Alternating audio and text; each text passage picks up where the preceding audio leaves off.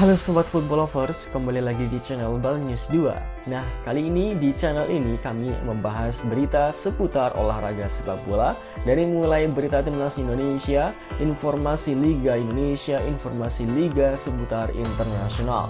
Bagi kalian yang belum subscribe channel ini, bisa langsung di subscribe dan nyalakan loncengnya agar kalian tidak ketinggalan video terbaru dari kami.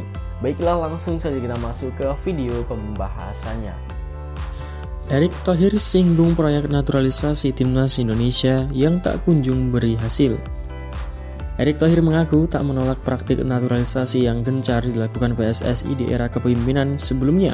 Meski demikian, dia tak ingin hal itu jadi pondasi kesuksesan timnas Indonesia.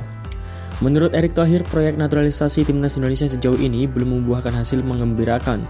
Karenanya PSSI tak menjadikan itu sebagai cara utama untuk memperkuat tim nasional. Hal itu merujuk dari hasil minor yang diraih timnas Indonesia ketika bermain di Piala AFF 2022 akhir tahun lalu. Membawa beberapa pemain naturalisasi, skuad Garuda pada akhirnya gagal juara. Pasukan Sintayong cuma mampu mencapai babak semifinal. Langkah tim Merah Putih dihadang oleh Vietnam, negara yang dalam beberapa tahun terakhir cukup dominan di sepak bola Asia Tenggara. Ada naturalisasi silahkan, tapi jangan sebagai bangsa itu berpikir pakai naturalisasi itu menang. Enggak, kata Erick Thohir. Kemarin Piala AFF naturalisasinya sangat bagus, kalah, ya kan? Tambahnya. Di Piala AFF 2022, timnas Indonesia diperkuat 3 pemain naturalisasi yaitu Jordi Amat, Mark Locke, dan Iljaz Paso.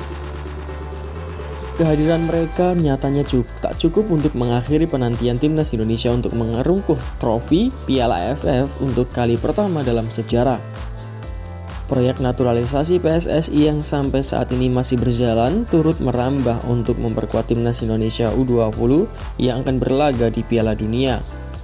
Hingga kini setidaknya terdapat 3 pemain keturunan yang tengah menjalani proses naturalisasi yang dimulai sejak Desember lalu. Mereka adalah Justin Hubner, Ivar Jenner, dan Rafael Struijk. Lalu bagaimanakah pendapat kalian mengenai hal tersebut? Silahkan tulis di kolom komentar.